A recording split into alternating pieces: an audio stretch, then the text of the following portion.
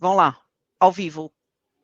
Bom dia, amigos. Estamos aqui mais uma vez reunidos para a live do mês do Grupo Espírita Caibachu, Teu Folha Espírita.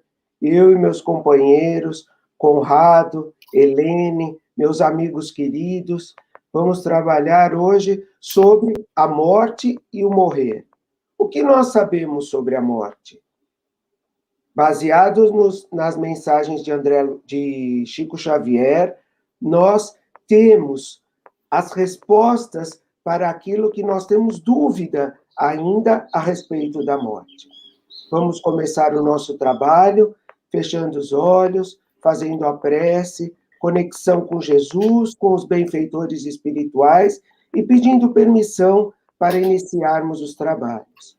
Vamos então, fechando os olhos, vamos fazendo a conexão com os nossos companheiros do grupo espírita, trazendo para dentro dos nossos lares, trazendo para dentro de todos os lares, de todos aqueles que estão nos acompanhando. E pedindo a Jesus que envie as nossas vibrações aos companheiros que não puderam estar conosco na manhã de hoje e que venham assistir o programa mais para frente, em qualquer horário em que tenham disponibilidade. Mestre querido, estamos mais uma vez reunidos em teu nome para o trabalho, para a iluminação do nosso espírito, para o caminho a seguirmos diante das mensagens, diante do amor que recebemos de Jesus. Mestre amado, somos gratos por este grupo, por estes estudos que vimos realizando durante todo o ano, durante todos esses anos dentro do Grupo Espírita. Agradecemos aos benfeitores espirituais, aos fundadores do grupo que nos trouxeram essa gama de ensinamentos, nos mostraram o caminho, nos mostraram os livros necessários e, principalmente, como deveríamos agir no nosso dia a dia para alcançarmos um pouco da evolução espiritual. Pedimos tua permissão, Jesus, para iniciar os trabalhos do dia, para iniciarmos a live com amor, fraternidade, com vibrações positivas, para que todos possam sair daqui, deste programa, unidos em coração, no estudo e na vivência espiritual. E assim, Jesus, nós damos por aberto os trabalhos da manhã de hoje com a live do Grupo Espírita Caibachu. Que assim seja, graças a Deus.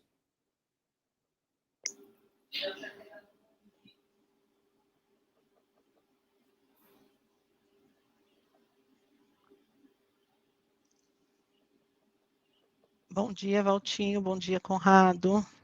Bom dia, Helene. Bom dia, Helene, Conrado. Bom dia, Valtinho. Que alegria estar de novo com vocês aqui. Para nós é uma alegria imensa estarmos juntos aqui para estudar e para compartilhar com os amigos o estudo dos livros. Bom, vamos começar, que da última vez a gente tem muita pergunta. Só relembrando, essa é a segunda parte da nossa live. Na primeira live a gente falou do desligamento do corpo, aquela bela metáfora que foi feita com a borboleta saindo do casulo para o processo da morte. Falamos da presença dos familiares, do filme que passa e você revê a sua vida. Então, hoje eu vou começar dando continuidade ao tema com uma pergunta para o Conrado. Conrado, a maioria dos espíritos citam sono profundo após a morte, que a duração desse sono ela é variável. Por que esse sono acontece e por que ele é necessário? Há alguma duração para esse sono?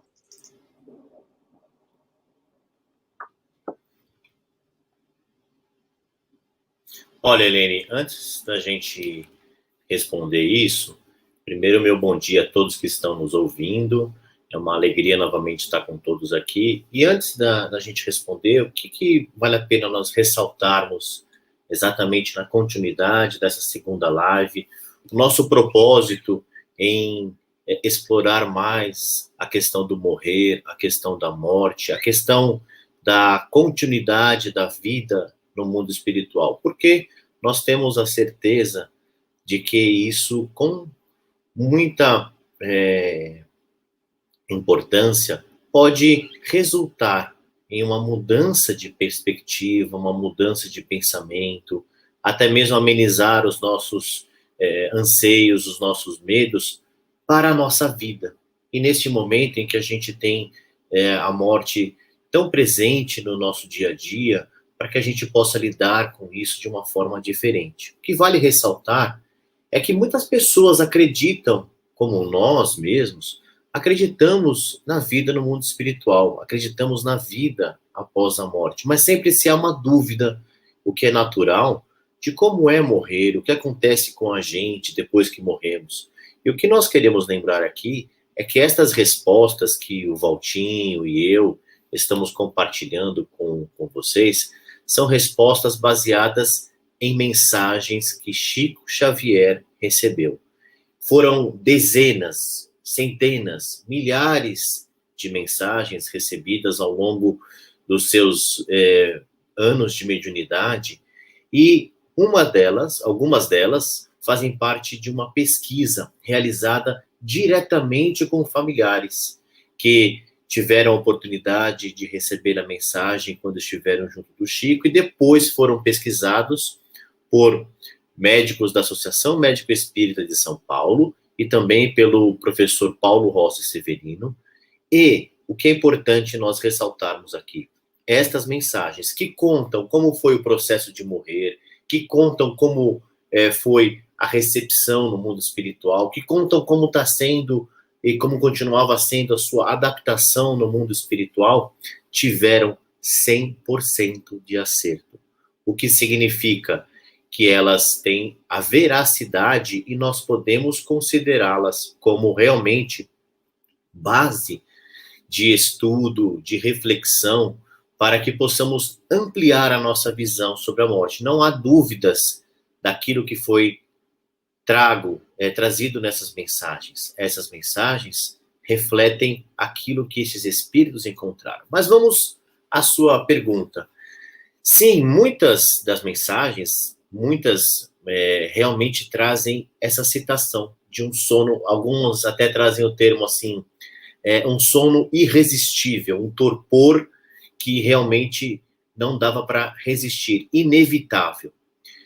E logo isso acontece logo após este momento do desligamento do corpo físico, e nós aprendemos com os espíritos que esse processo é necessário e faz parte do processo de morrer. Claro que podemos dizer que alguns espíritos, podemos perguntar assim, mas todo mundo passa por este sono? Claro que a gente pode ter uma noção clara que alguns não precisariam passar por esse sono devido à sua clareza, devido à sua vinculação com a vida espiritual, com propósitos, a sua consciência da vida espiritual. Um exemplo que a gente pode naturalmente citar, provavelmente o nosso Chico Xavier não deve ter passado por isso, porque a sua condição espiritual dispensaria tal sono. Mas também temos um outro caso que é descrito no livro Obreiros da Vida Eterna, que é o caso de Adelaide. Lá no Obreiros da Vida Eterna tem um capítulo muito bonito chamado A Serva Fiel. E Adelaide, que tinha sido durante toda a sua vida uma servidora dedicada, uma médium dedicada, tinha também a sua construção espiritual.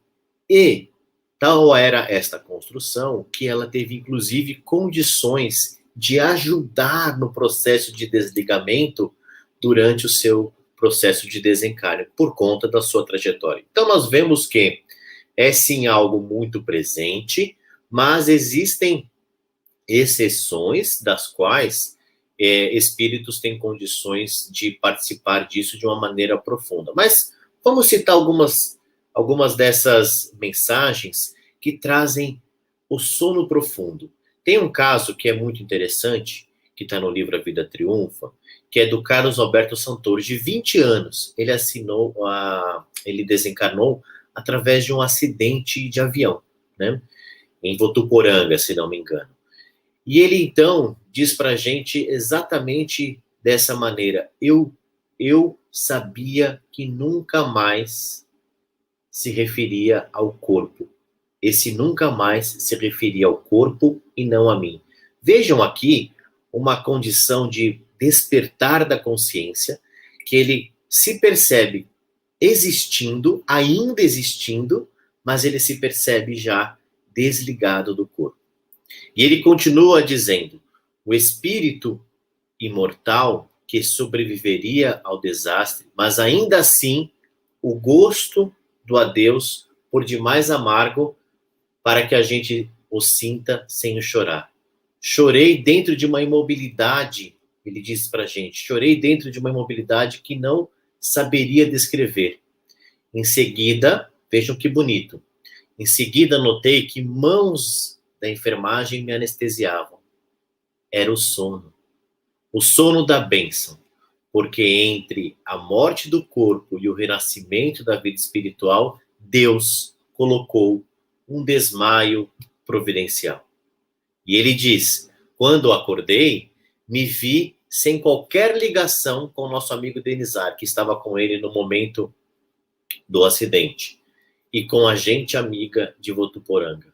Então aqui nós temos, de uma maneira muito clara, uma morte bastante traumática, né? Um acidente de avião, e a partir disso nós temos a situação do sono como algo realmente que vai amenizar e vai dar como se a gente pudesse ter esta transição de maneira mais suave, necessária. Essa frase que ele usa aqui é demais importante. Deus colocou um desmaio providencial, porque não seria de nenhuma forma possível imaginar a consciência que não fosse abalada depois de um acidente tão traumático. Tem um caso da Yolanda, também no livro, que esta desencarnou através de um acidente de automóvel aos 27 anos. Imagine, então, como ela descreve o acidente como um choque muito difícil de descrever. E depois, aquela ideia de desmaio era natural e inevitável. E aí ela vem trazer para a gente algo que é importante também, porque você pode me perguntar assim, Helene, mas como é que é esse sono? É aquilo que a gente possa imaginar, o sono profundo, o sono tranquilo? Olha o que ela diz para a gente, um sono agitado por pesadelos, porque a gente não se despede do corpo sem desatar muitos laços, e nem se desliga com muita facilidade do ambiente querido em que nos desenvolveu a experiência familiar. Vejam que esse sono, ele pode trazer aqui situações, às vezes de agitação, às vezes uma situação até mesmo de completa inconsciência, mas o que a Yolanda coloca para a gente é importante, porque nós temos que lembrar de uma frase de Bezerra de Menezes que diz o seguinte: Bezerra de Menezes nos ensina, morrer é fácil, desencarnar é difícil. E nós temos outro caso também que é muito interessante, que é o caso do irmão Jacó, que é descrito no livro Voltei. Ele diz que esse sono é como um repouso ao infinito para os desencarnados, e ele varia, respondendo à sua pergunta, de quanto tempo e quanto ele pode variar. Ele pode variar dias, horas, meses, às vezes anos. Isso depende muito da maneira com que nós vivenciamos a nossa vida terrena. Isso diz respeito à nossa consciência, à nossa vinculação com a própria questão material, e também, naturalmente, decorre da maneira com que nós nos encaminhamos para o desencarne. Tem um caso do Ramiro Gama, que é bastante conhecido.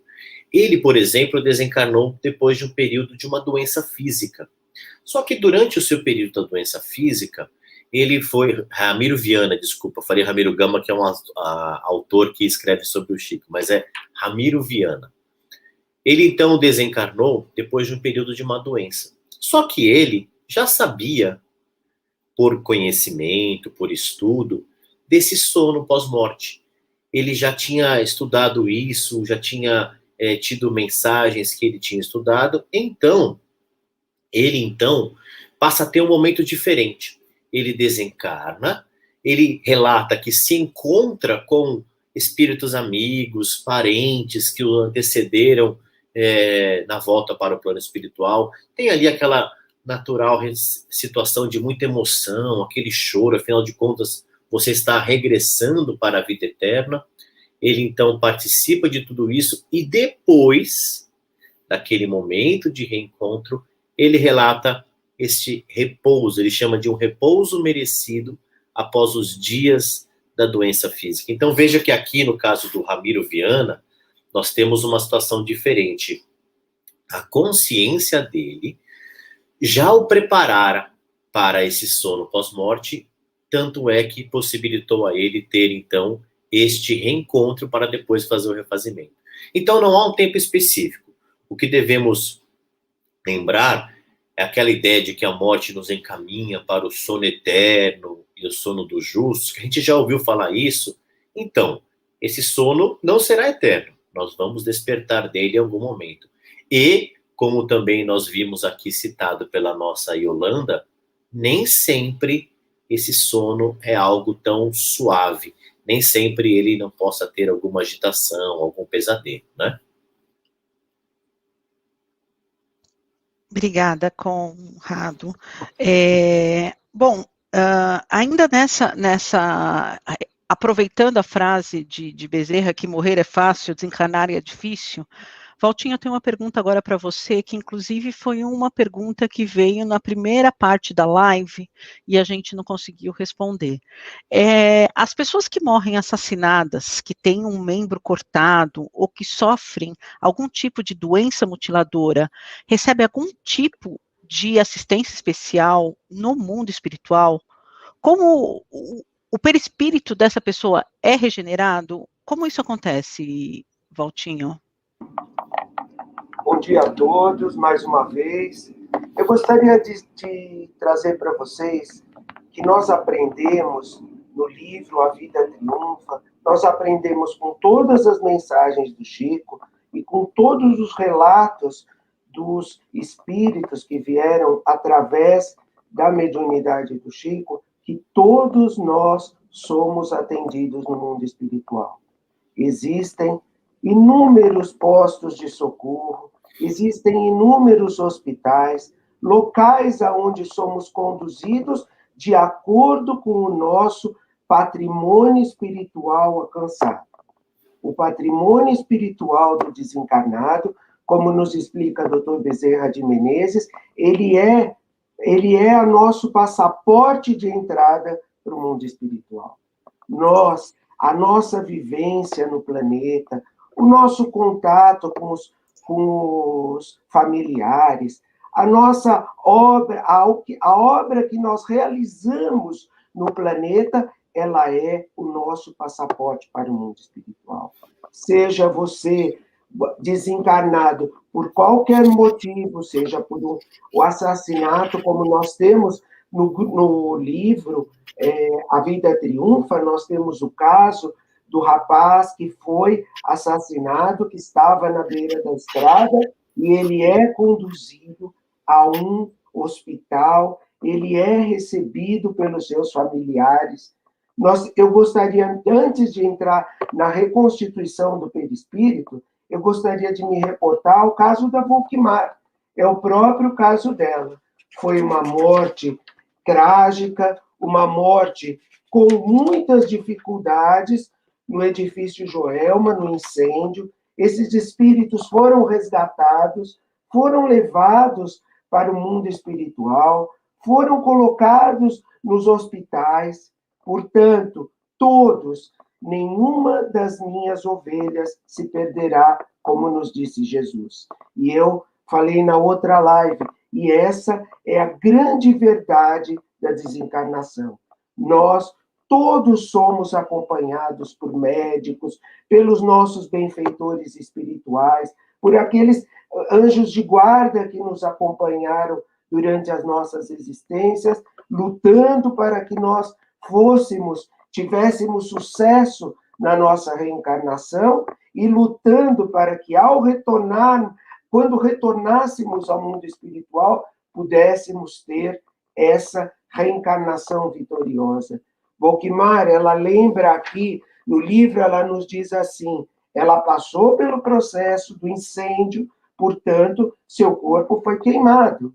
Existe um trabalho feito no perispírito para que ele possa se regenerar. Mas vou ler um trechinho da mensagem da Volkmar, que nos dá a ideia que ela participa nessa regeneração. A mente dela, o corpo mental, o seu espírito está capitaneando toda essa modificação do perispírito. E ela nos diz assim, mais tarde, com algumas horas da libertação do corpo, é que me despertei ao seu lado. Diz que ela desperta do sono que o Conrado nos falou na questão anterior. Aquele amigo certo que hoje sei ter, ele, o meu avô e benfeitor de todos os dias, estava a postos reconfortando-me.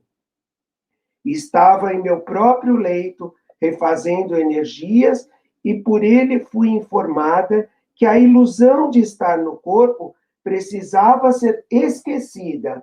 Nós temos que pensar o seguinte, que os irmãos que nos ajudam no mundo espiritual, eles nos ajudam a esquecer que nós estamos no corpo. E aí, que o nosso querido Álvaro, auxiliado por ele, encontrara a forma física na instituição a que fomos recolhidos da luta enorme, e que não me cabia agora, senão estar calma e forte para fortalecer. Então, nós aprendemos no livro a Evolução em Dois Mundos, a borboleta, o casulo, e todo aquele processo da desencarnação. Quando chegamos ao mundo espiritual, o que acontece? O perispírito incorpora elementos do mundo espiritual. Aprendemos que no momento do desencarne ocorre a histólise, a histogênese, a mudança dos músculos, dos órgãos que vamos ter no mundo espiritual, no nosso perispírito, que o nosso perispírito precisa de acordo sempre com o nosso patrimônio alcançado durante a nossa encarnação. Então, o que ocorre? No livro Nossa Vida no Além, a doutora Marlene coloca uma frase que é muito interessante e que nós deveríamos procurar no livro. Nós deveríamos, se nós quisermos entender como é todo esse processo da reconstituição do perispírito, da mudança da nossa forma, porque nós podemos continuar vivendo no mundo espiritual, como temos Júlio entre a terra e o céu, ele vai crescer, ele vai se tornar um jovem no mundo espiritual. Ele continua a sua trajetória de vida, ele continua a sua trajetória de chegar até a maturidade. Então, nós temos aqui no livro, Nossa Vida no Além, doutora Marlene nos coloca a seguinte frase: aprendemos que no nosso processo transformador do perispírito não termina necessariamente no limiar da vida nova, mas prossegue ao longo da vida espiritual. O perispírito incorpora elementos de outra dimensão. Então, tiramos elementos que estão ligados à Terra, incorporamos elementos ligados ao mundo espiritual e, através desses elementos que incorporamos no mundo espiritual é onde faremos a nossa regeneração do perispírito, aonde cresceremos como perispírito, sendo preparado para a reencarnação e outros processos, como ocorreu com André Luiz. E ela nos coloca uma outra fase muito importante nesse livro. Enquanto esses órgãos do corpo espiritual não estiverem concluídos, pelo menos na sua tessitura básica, a alma permanece em estado de pulpo ou crisálida, incapaz de sair do próprio casulo. É um processo que ocorre tanto no mundo espiritual. O casulo, a crisálida, o pulpo e o desprendimento desse perispírito. E mais uma importante informação que recebemos das mensagens de André Luiz. Quanto mais longa a permanência na erraticidade, que é o período em que estamos entre uma encarnação e outra, e uma reencarnação, permanecemos na erraticidade. Então, quanto mais longa a permanência na erraticidade, ou seja, a demora na retomada do corpo físico, o perispírito incorpora elementos de outra dimensão. Deixa o elemento da Terra e incorpora elementos de outra dimensão. O mesmo ocorre na reencarnação. E nós aprendemos com a reencarnação do livro, a reencarnação de Segismundo, no livro Missionários da Luz. Que eu sempre gosto de repetir essa frase que ouvi numa palestra da doutora Marlene, que o livro Missionários da Luz é uma enciclopédia da reencarnação. Se quisermos aprender sobre a reencarnação, nós devemos consultar o livro Missionários da Luz na reencarnação de Sigismundo. Ele perde os elementos do mundo espiritual e recupera os elementos da Terra, a miniaturização. Então, é como se ocorresse a morte no plano espiritual e o nascimento na vida física. E quando ocorre a morte no plano terreno, quando ocorre a morte na vida física, ele tira esses elementos e reincorpora no mundo espiritual. Então, a regeneração do perispírito, ele é completamente regenerado. Não importa o tempo que demore. Nós temos a Volkmar, nós temos outros casos. Nós temos o caso do Júlio, entre a terra e o céu, e esses espíritos, eles se recompõem. E o próprio Jacó, irmão Jacó, no livro Voltei, ele fica na frente do espelho tentando rejuvenescer. Quer dizer, ele tenta rejuvenescer, que é uma possibilidade nossa também no mundo espiritual, que nós podemos partir da Terra para o mundo espiritual com um corpo envelhecido e lá no mundo espiritual recobrarmos a nossa juventude. Mas isso tudo depende do nosso patrimônio alcançado, da nossa mente, daquilo que nós realizamos no planeta. Existe um mundo enorme, existem estudos enormes que são trazidos nestes livros, e gostaria de lembrar a todos também que temos o livro Taça de Luz, que são vários espíritos que se comunicam através de Chico Xavier, e lá ele trata todos esses assuntos também. Então, o que acontece? A nossa condição espiritual vai fazer que nós tenhamos esse corpo regenerado, esse corpo espiritual regenerado vai fazer com que tenhamos condições de viver no mundo espiritual, sempre dependendo do nosso tempo, da nossa chegada no mundo espiritual e do tempo e da nossa vivência no planeta. Muito bom, Valtinho, obrigada. Eu queria lembrar a todos que a gente tem uma primeira parte da live, onde a gente explicou, o Valtinho e o Conrado explicaram um pouco esse processo de histólise, histogênese. Se quem não conseguiu assistir, eu recomendo que assista, ela está disponível nos nossos canais, no YouTube. E agora, Conrado, a gente vai para a pergunta que todo mundo se faz. Para onde vai o espírito após a morte, Conrado? A gente sabe que nosso lar é uma das colônias espirituais que existem. Há diferentes colônias e cidades no mundo espiritual.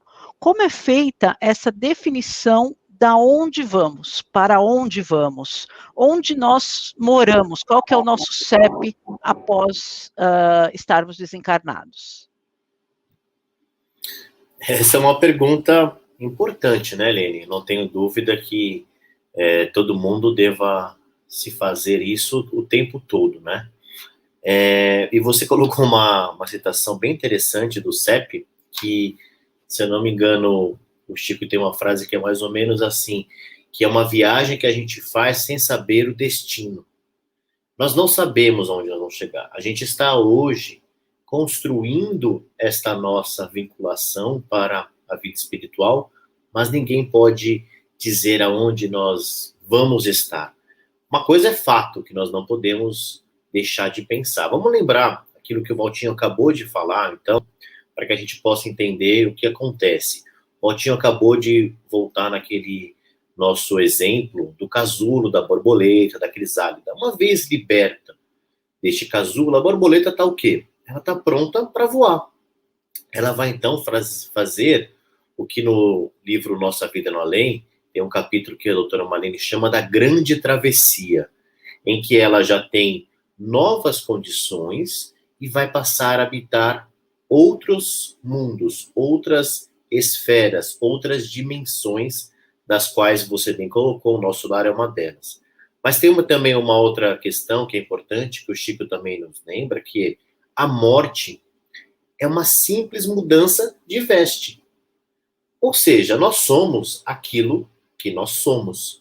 Depois do sepulcro, diz ele, nós não encontramos senão o paraíso ou o inferno criados por nós mesmos. É claro que paraíso e inferno aqui estão numa colocação metafórica, mas o que é importante a gente ter muito claro, o que define para onde nós vamos é o nosso peso específico do nosso perispírito, do nosso corpo espiritual. E de onde vem esse corpo espiritual? Nós temos que lembrar que esse corpo espiritual é tecido por nós mesmos. Ele é o resultado da nossa própria atuação, construindo através dos nossos pensamentos, através dos nossos hábitos que nós tivemos enquanto encarnados, nós vamos construir, como de novo o Valtinho colocou, naquele casulo, construindo isso até que isso esteja definitivamente pronto.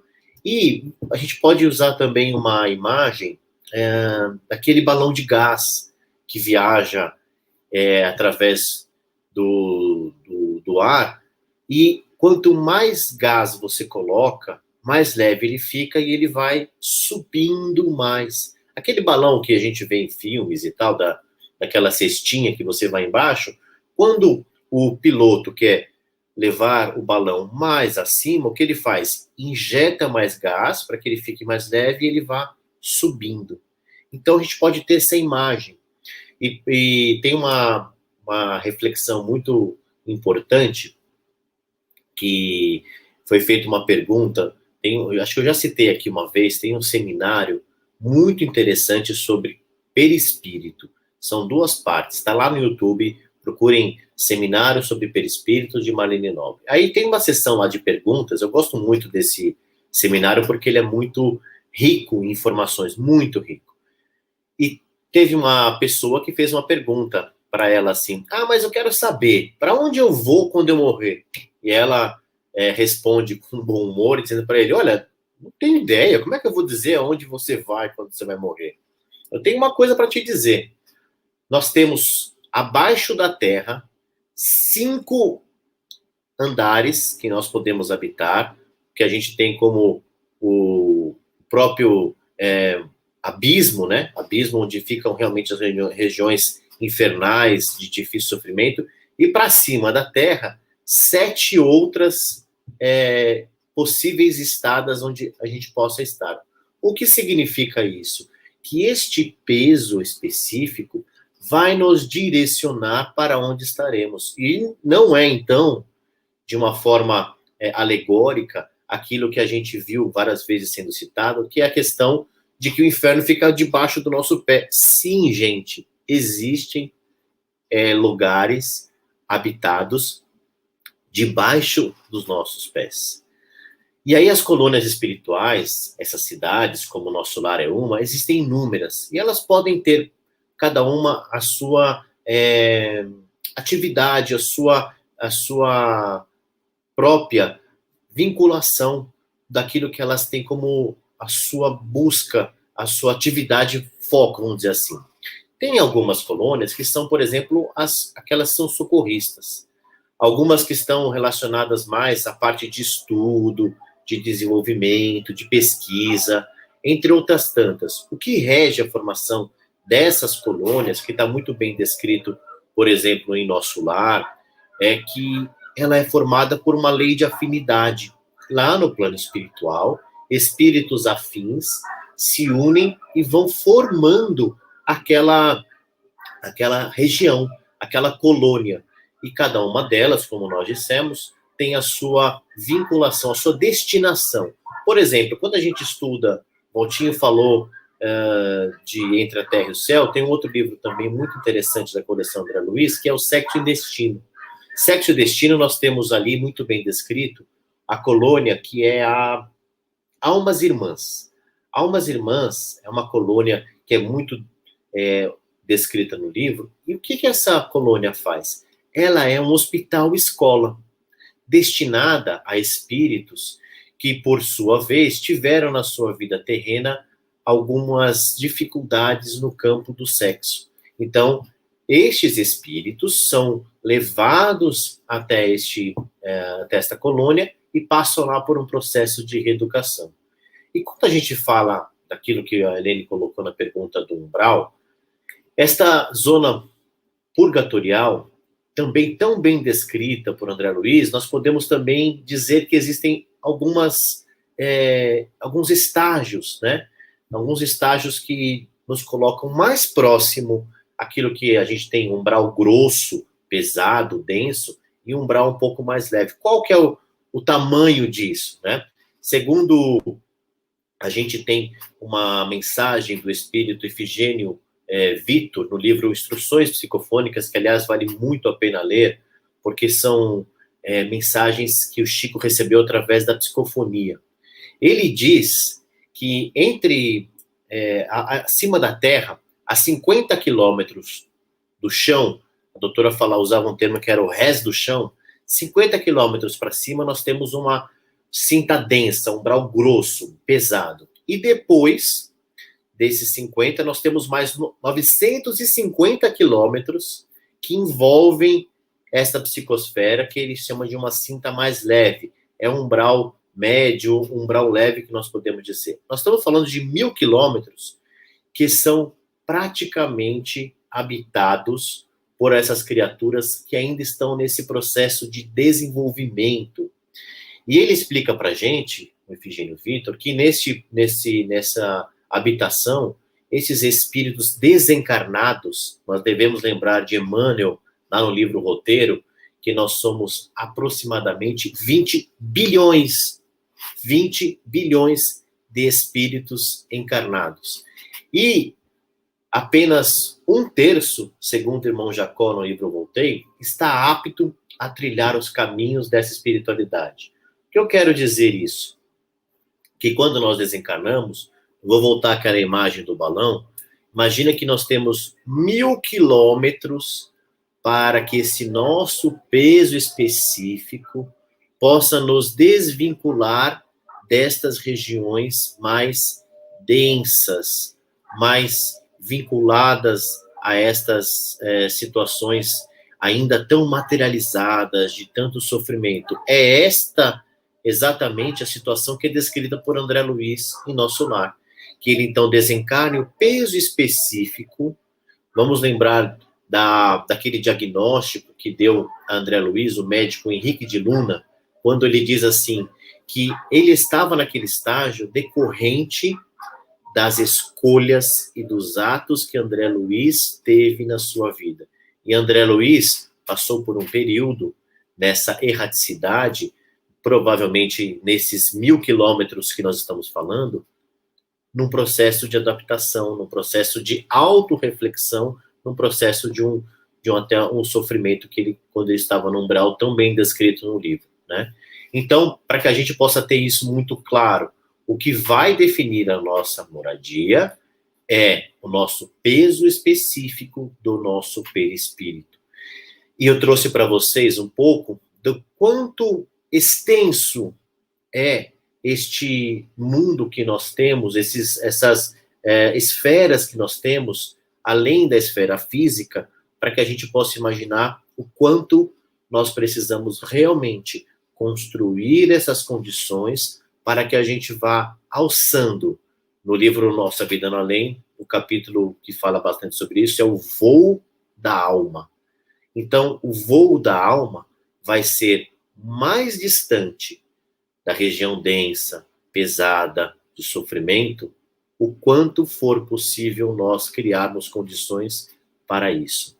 Então, sim, nós vamos habitar essas estágios. Eu quero lembrar, só para a gente fechar, quando a gente fala também dessas habitações, tem algumas que são regiões de grande sofrimento e existem colônias, existem instituições no mundo espiritual que estão destinadas a socorrer e a reajustar. Um bom exemplo disso é a Mansão da Paz, descrita no livro Ação e Reação, onde nós temos ali uma região muito próxima das regiões umbralinas pesada, densa, e os espíritos ali, essa instituição, ela é dirigida por Durso, eles estão dedicados a socorrer os nossos irmãos nessas regiões, né? Obrigada, Conrado. A gente tem alguns comentários, aqui tem 2 perguntas que eu vou deixar um pouco mais para o final, da Cláudia e da Almerinda, e tem um comentário aqui do Marcelo, do alerta sobre a plantação ser livre e a colheita obrigatória. A relação é direta com a nossa evolução e o lugar com que o espírito se identifica. E ele complementa aqui, que o aluno deve estar sempre no ano escolar compatível com seu conhecimento. Eu vou colocar depois aqui alguns livros que vocês estão citando, mas eu queria fazer uma pergunta agora para o Valtinho. Valtinho, a gente está falando muito do desencarne, da ida, o Conrado falou da ida para as colônias. Por que alguns espíritos relatam acompanhar o seu desencarne? Muitos até relatam acompanhar o velório e o enterro, eles assistirem todo esse processo. Por que isso acontece com alguns e outros são domados por aquele sono profundo, por aquele torpor que o Conrado explicou? Você consegue explicar isso para a gente, por que isso acontece?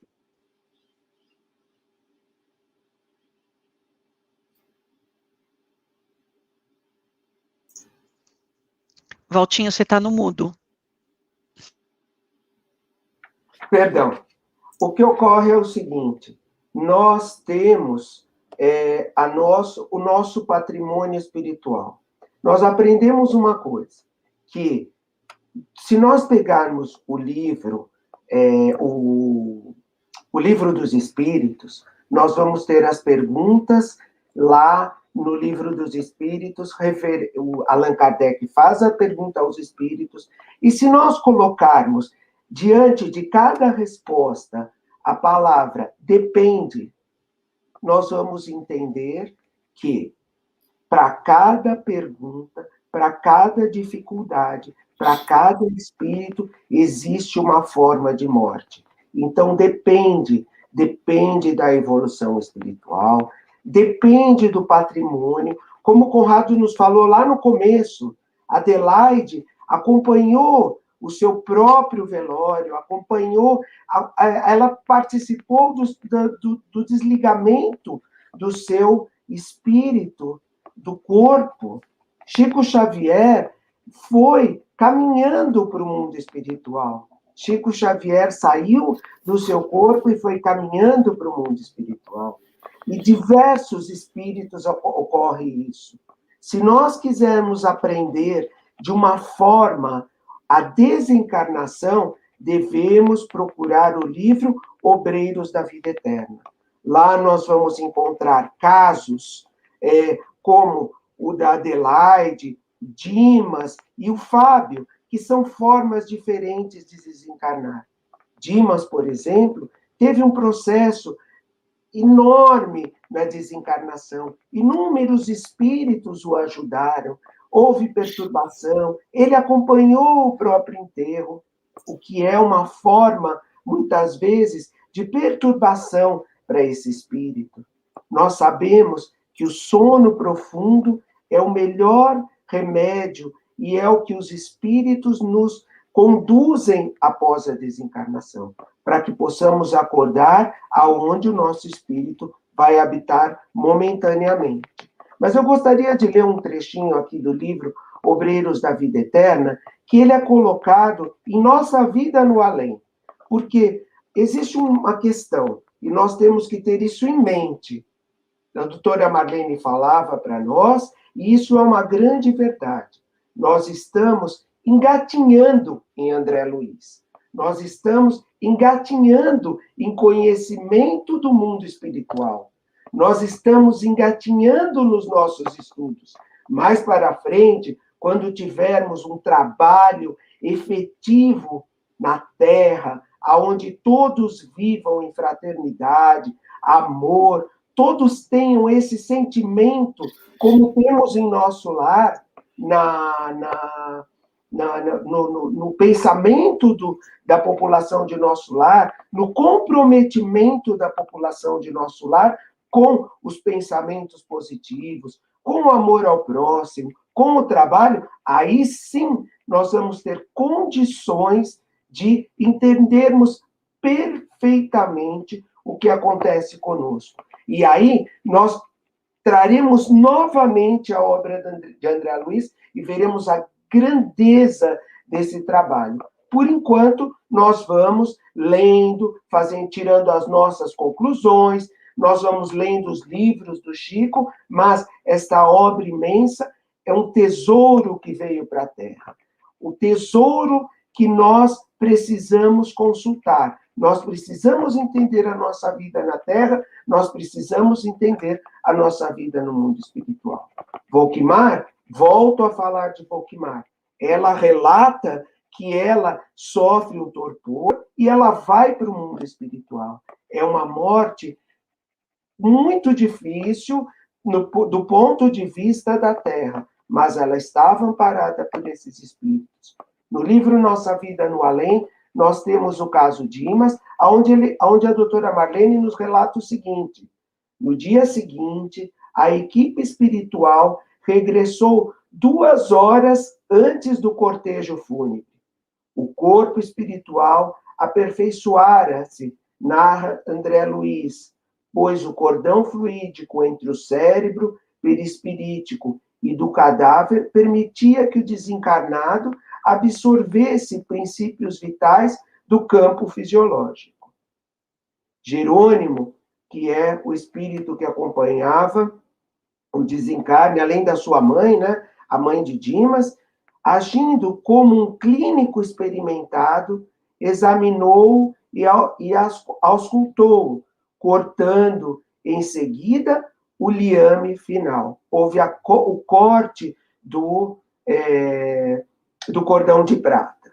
O perispírito de Dimas passou a receber as últimas forças do corpo inanimado, enquanto este, por sua vez, absorvia algo da energia do outro, que o mantinha sem notáveis alterações.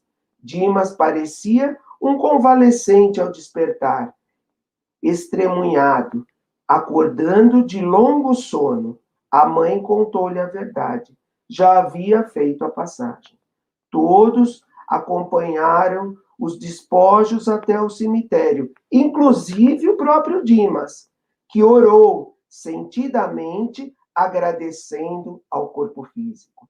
Se nós tivermos a oportunidade de acompanharmos o nosso próprio enterro, o nosso próprio velório, nós devemos ter o quê? Devemos orar, bem como todos aqueles que estão ali naquele momento em que ocorre o desligamento do espírito, o momento em que estamos ali dentro do velório, tanto os que estão na terra, quanto o espírito, quanto aqueles que estão no mundo espiritual, estão empenhados nesse processo. É um processo cirúrgico, como nos diz Jerônimo aqui, como relata André Luiz do processo que Jerônimo executou. Volkmar foi recebida no sono. Nós temos inúmeros casos dentro do livro A Vida Triunfa, onde a maioria passa pelo sono. E há alguns espíritos, como Adelaide, espíritos espíritos elevados, e o próprio Dimas, que teve dificuldades enormes no seu desencarne. Portanto, depende do nosso patrimônio espiritual. Dr. Bezerra de Menezes, no livro Voltei, ele faz uma explanação aonde nós devemos levar dentro do nosso coração. Não devemos estar preocupados se vamos participar do nosso enterro, se vamos participar no nosso desencarne, se vamos acompanhar os despojos até o cemitério, mas devemos entender o seguinte, ele nos diz, Bezerra de Menezes, o excelso benfeitor esclareceu, no livro Voltei, na maioria dos casos, não seria possível libertar os desencarnados tão apressadamente que a rápida solução do problema liberatório, em grande parte da vida mental e dos ideais a que se liga o homem na experiência terrestre.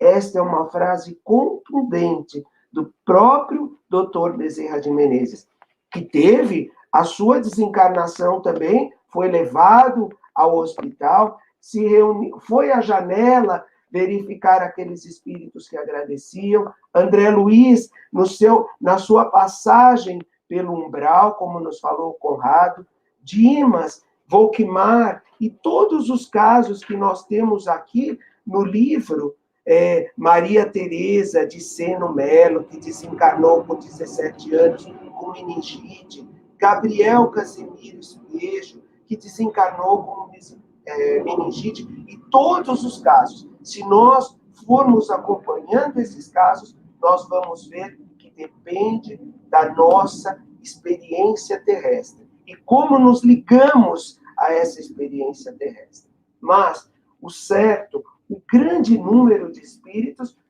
acontece o sono profundo e a levada, e esse espírito é levado ao mundo espiritual, aonde ele cabe, como explicou o Conrado, como o balão de gás, nós não sabemos o nosso endereço e ele é colocado. Se ele permanece junto ao corpo, é uma oportunidade no seu velório, até o desencarne total, até cortarem o cordão de prata, e mesmo lá no túmulo ainda nós vamos ter que esperar algum tempo para o desencarne total, para a liberação total do espírito e do seu perispírito. Nós devemos lembrar que depende dos ideais a que se liga o homem na experiência terrestre.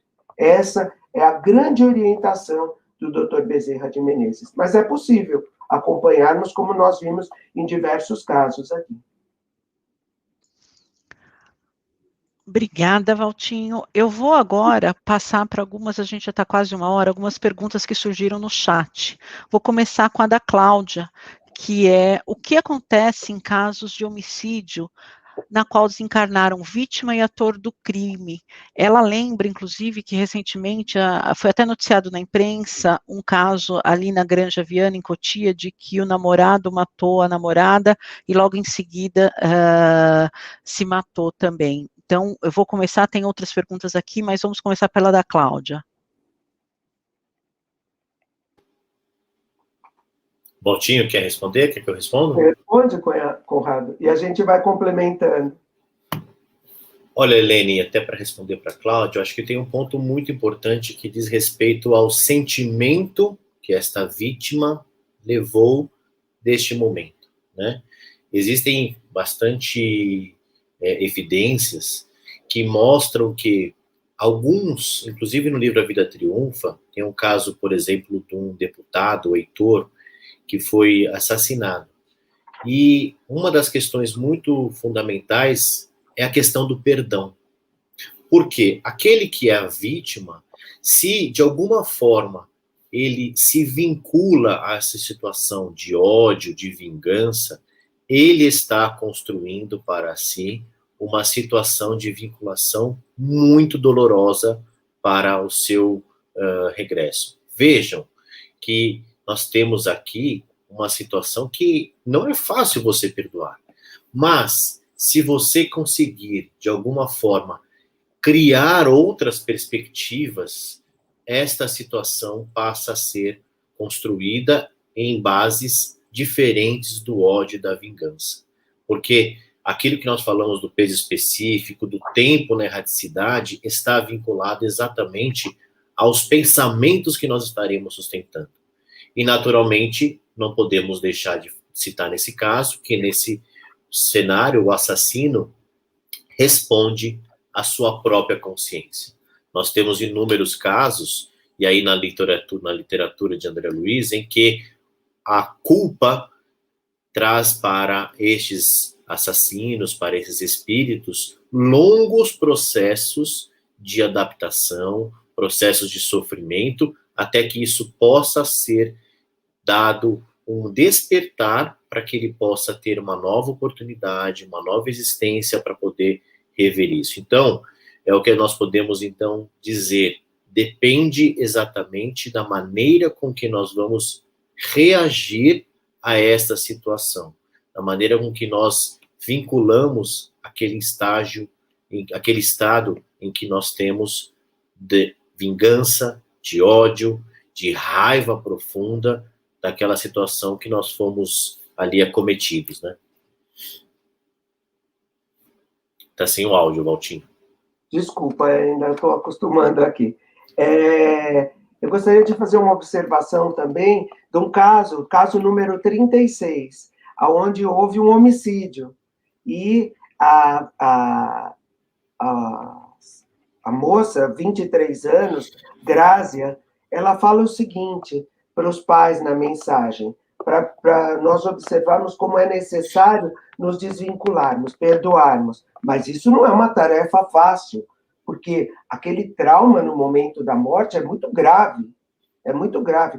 Nós somos espíritos em evolução.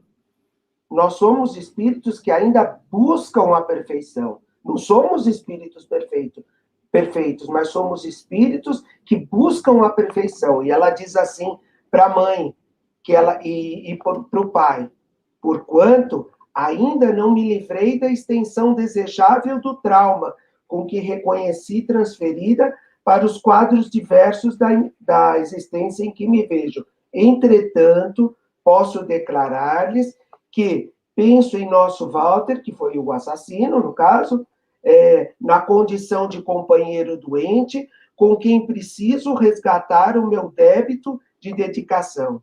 Sabem que a criatura muito moça não tem facilidade de esperar e não pode acomodar-se à ideia de que muito tempo me caberia atravessar, formando no esposo mentalidade nova em que ambos precisávamos. Não sabia de minha mente silenciar certas reclamações diante dos pais queridos. E observo que, de certo modo, me precipitei, favorecendo nele uma espécie de precipitação doentia que não pude prever. Então, são casos que estão interligados. Nós não temos conhecimento do que acontece aqui na Terra. Cada um de nós traz no seu polegar a impressão digital. Cada um de nós na Terra tem uma impressão digital diferente. Cada um de nós teve uma vida no mundo espiritual. Cada um de nós se relacionou com diversas pessoas. E esses casos, eles precisam ser estudados à luz do espírito. Não nosso, aqui do mundo espiritual, mas do mundo espiritual para a Terra, que foi o caso da Grácia, que aconteceu esse problema. Valtinho, só para concluir essa tua pergunta, também acho que vale aqui a nossa recomendação seguinte: para aqueles que ficam, os parentes encarnados ainda, não é nada sadio cultivarmos o sentimento de ódio, de vingança. Por quê? Nós estamos construindo esta vinculação àqueles que nós amamos. Então vejam que é difícil, é muito difícil, mas nós temos que ter essa certeza de que cada um, o assassino, vai responder pelas suas próprias questões. Então, isso é muito importante a gente ter também, porque não adianta aquela sensação que é muito presente, que é, queremos fazer justiça, vou fazer justiça com as próprias mãos, precisa sofrer. Não é isso que nós devemos construir para aqueles que partiram. Nós estamos falando que perdoar não é fácil, mas se nós queremos colocar aqueles que amamos numa situação de mais condições de evolução no plano espiritual, de menos vinculação às questões terrenas, de nada será útil ficar alimentando o ódio daquele que foi o agressor, o assassino e assim por diante, né? Posso fazer só mais uma observação também? Porque isso é uma questão cultural também. Nós temos na nossa sociedade, o que nós temos na nossa sociedade? Nos filmes, na literatura, que a morte é um castigo. Então, nós vamos encontrar nos programas de televisão, nas novelas que passam na televisão, nos livros que nós lemos, nos filmes no cinema, nas peças de teatro, e na nossa cultura, isso está impregnado na nossa cultura, que a morte ela é um castigo, que ela é uma forma de você castigar aquele que fez o mal. Então, nós precisamos prestar bastante atenção em tudo isso, naquilo que lemos, naquilo que assistimos, não deixar de ler, nem deixar de assistir, mas que possamos tirar as próprias conclusões acertadas acerca dessa literatura. Bom, a gente já está aqui com 1h07, a gente tem algumas perguntas, eu vou passar para as perguntas, tem a da Almerinda, da Letícia, do Marcelo, eu queria saber aqui, eu queria que vocês respondessem no chat, se vocês acham, a gente tem outras perguntas que estavam preparadas também, agora a gente vai priorizar o que está no chat, se vocês acham que a gente deve ter uma parte 3 para seguir falando do assunto, mas eu queria agora fazer a pergunta da Letícia. Letícia, primeiramente, meus sinceros sentimentos. A Letícia conta que o marido dela faleceu há um mês de Covid, ele tinha 46 anos, e que muitas pessoas falaram para ela não ficar triste chorando, pois ela poderia emanar energias tristes para ele. Ela pergunta aqui como fazer, como se comportar.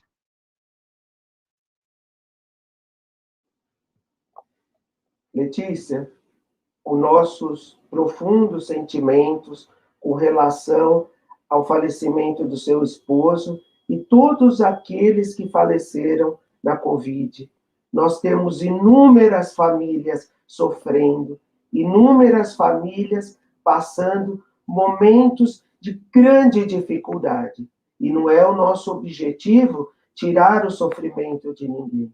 O nosso objetivo é consolar. O objetivo do Espiritismo é consolar. Mantenha a prece, mantenha o contato com seu marido através das fotos, sem desespero, mas ninguém pode tirar a dor do outro, ninguém pode tirar aquilo que a pessoa está sentindo. Todos nós perdemos entes queridos, todos nós perdemos amigos, todos nós perdemos irmãos queridos. E, neste momento de grande dificuldade, nós devemos manter a prece, a leitura sadia, pegarmos os livros e entendermos que isso tudo é um processo de aprendizado, é um processo de aprendizado nosso, que deve ser reparado com a prece, mantermos as fotografias dos nossos entes queridos, mantermos na nossa mente as lembranças dos momentos felizes, daqueles momentos que passamos juntos, que tivemos a felicidade, o amor dentro dos nossos lares. Esse é um processo difícil, não é fácil, mas quando você mantém esse equilíbrio espiritual, quando você mantém esse equilíbrio, você tem esse seu luto que nós todos estamos passando, o luto que nós estamos passando, ele vem desse equilíbrio, ele vem da prece, ele vem da meditação, ele vem da boa leitura, do conhecimento do que acontece no mundo espiritual. Letícia, recebe aqui o nosso abraço fraterno, as nossas preces, porque realmente são momentos difíceis, dolorosos, e que nos convidam realmente a buscarmos nos apoiarmos em algo que nos console, que nos fortaleça e desenvolva a nossa fé. E isso nós encontramos em Deus. Isso nós encontramos na prática do bem. Isso nós encontramos no nosso desejo sincero em transformar o amor que sentimos em socorro, em amparo. Não há tempo, não há questões proibitivas a respeito daquilo que nós sentimos por aqueles que amamos.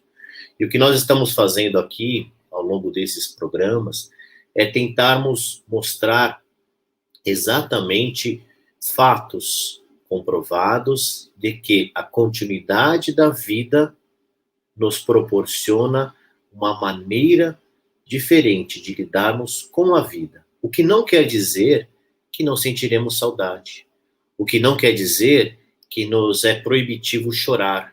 Pelo contrário, é importante que a gente possa vencer essa etapa. Eu digo, a palavra talvez não seja nem vencer, mas passar por essa etapa, nos apoiando naquilo que desejamos para o nosso futuro.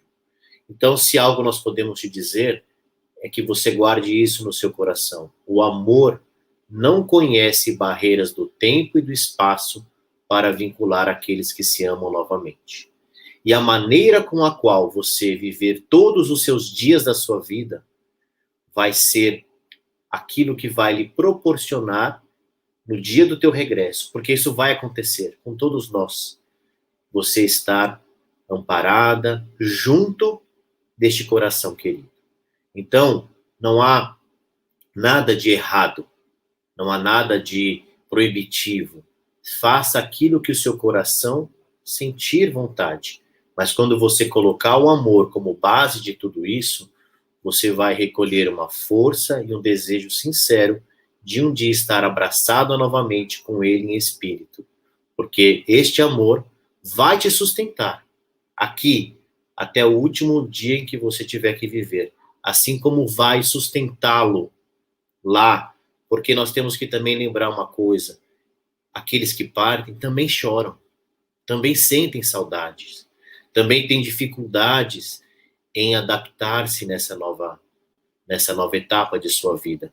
Por isso, vamos colocar, como o Valtinho colocou, em nossas preces o desejo sincero que ele possa receber através destes pensamentos de amor, de saudade, as forças e o estímulo para que ele possa seguir na sua vida no plano espiritual. Muito obrigada, Conrado. e Valtinho, a gente tem aqui, a gente já recebeu vários pedidos aqui no chat da terceira parte, eu acho até pelo avançado da hora, o Marcelo está perguntando para a gente falar de cremação, de suicídio. A minha sugestão, tem uma pergunta aqui da Almerinda, eu vou passar para a pergunta da Almerinda e a gente pode deixar as próximas perguntas para a terceira parte da live, que a gente já se compromete em acontecer em agosto, se vocês concordarem. Ok, Conrado, Valtinho, voltamos com um tema agora em agosto? Voltamos.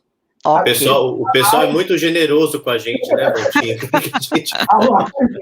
A live acabou se tornando um estudo. Nós tínhamos já conversado uma vez, eu e o Conrado, sobre pegarmos os livros e transformarmos num estudo. Então, estamos transformando num estudo.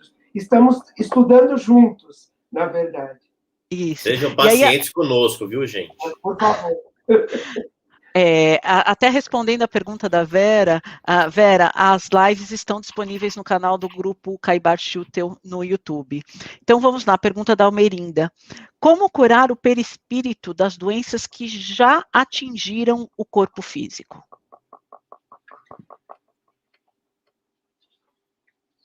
Eu gostaria de falar o seguinte, de lembrar o seguinte, que quando se fala em doença do corpo relativa ao perispírito, nós temos o grande ensinamento do Dr. Henrique de Luna, no livro Nosso Lar, que foi falado pelo Conrado no começo, ele foi citado, o Dr. Henrique de Luna, e é um capítulo, o médico espiritual, o capítulo 4 do livro Nosso Lar.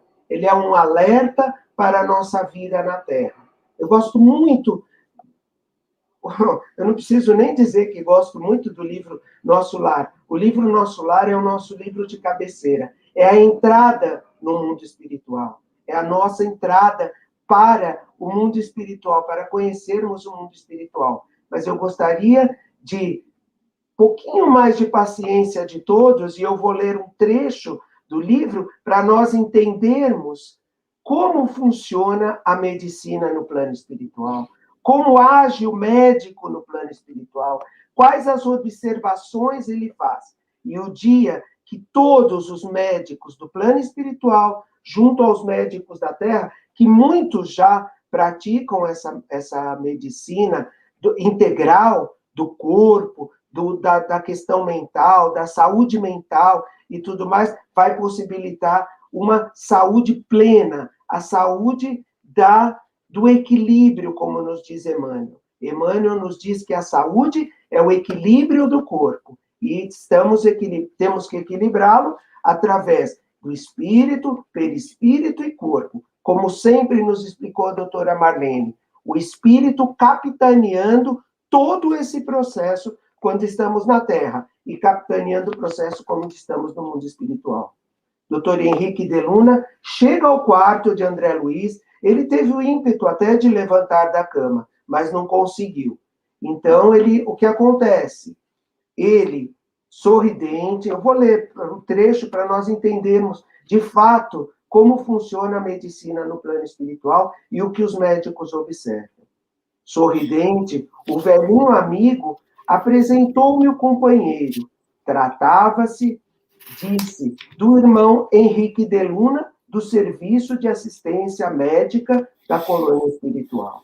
Trajado de branco, traços fisionômicos irradiando enorme simpatia, Henrique auscultou-me demoradamente, sorriu e explicou. É de lamentar que tenha vindo pelo suicídio. Suicídio? Recordei as acusações dos seres perversos da sombra. Não obstante o cabedal de gratidão que começava a acumular, não calei a incriminação. Creio que haja engano. Aí ele faz uma pergunta, dá uma resposta, sim, esclareceu o médico, demonstrando a mesma serenidade superior. Aí ele começa a fazer um diagnóstico desse fato que ocorre no mundo, na Terra, e se reflete no mundo espiritual. Do médico espiritual auscultando o perispírito, o espírito, o corpo mental, o corpo causal, olhando ali, tendo a visão de André Luiz. Ele veja assim, ó, vejamos a zona intestinal, exclamou. A oclusão derivava de elementos cancerosos, e estes, por sua vez, de algumas leviandades do meu estimado irmão. A moléstia talvez não assumisse características tão graves se o seu procedimento mental no planeta estivesse enquadrado nos princípios da fraternidade e da temperança. Entretanto, seu modo especial de conviver, muita vez exasperado e sombrio, captava as destruidoras vibrações daqueles que o ouviam. Nós emitimos a nossa opinião, nós verbalizamos, nós pensamos e nós recebemos de volta daqueles que estão junto a nós, através das vibrações, as mesmas vibrações. Nunca imaginou que a cólera fosse manancial de forças negativas para nós mesmos? A ausência do autodomínio, a inadvertência no trato com os semelhantes, aos quais, muitas vezes, ofendeu sem refletir, conduziam-no frequentemente à esfera dos seres doentes e inferiores. Tal circunstância agravou de muito o seu estado físico. Ele continua falando dos órgãos do corpo somático, do corpo na terra, das nossas intemperanças, da nossa cólera, das nossas dificuldades, das nossas aceitações. A nossa vida influencia, sim, das doenças no corpo espiritual. E levamos essas doenças para o mundo espiritual. E no mundo espiritual, os médicos nos ajudam a sair desse problema, a deixarmos esse problema. Convido a todos a lerem o capítulo O Médico Espiritual do livro Nosso Lar. É enriquecedor. Muito bom. Bom, já temos 1h20 de live, então eu quero, atendendo a pedidos, teremos a terceira parte. Ela ficará a gente já vai marcar para terceiro final de semana de agosto, para o dia 22 de agosto.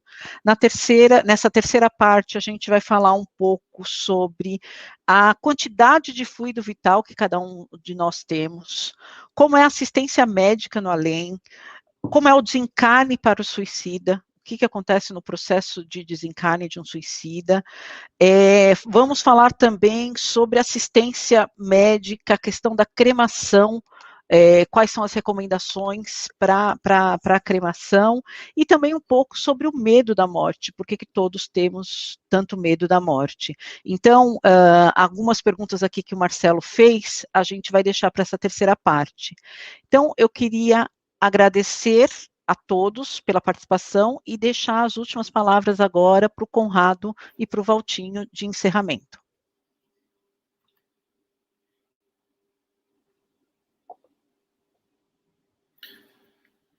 Nossa sensação nesse momento é de muita gratidão por estarmos juntos e buscando refletir sobre um tema tão importante, né? Porque nós temos conversado e temos dito ao longo desses programas que a maneira com que nós possamos pensar, refletir e agir sobre a morte será decisiva para as nossas escolhas na vida terrena. E isso é o que importa, é isso que nós desejamos realmente compartilhar, e não são colocações que a gente esteja trazendo da nossa condição, porque ela é muito limitada, mas aquilo que os espíritos amorosamente decidiram trazer para nós através da mediunidade abençoada de Chico Xavier. Então, se temos essa dificuldade, o que é natural, nós não podemos de maneira nenhuma imaginar que a condição de crermos na doutrina espírita, de sermos atuante no movimento espírita, seja possível que a gente possa vivenciar a morte de uma maneira indiferente, ou fria, ou sem dificuldades e sem sofrimento. Nós temos, sim, condições de avançar com inúmeras ferramentas e inúmeros recursos.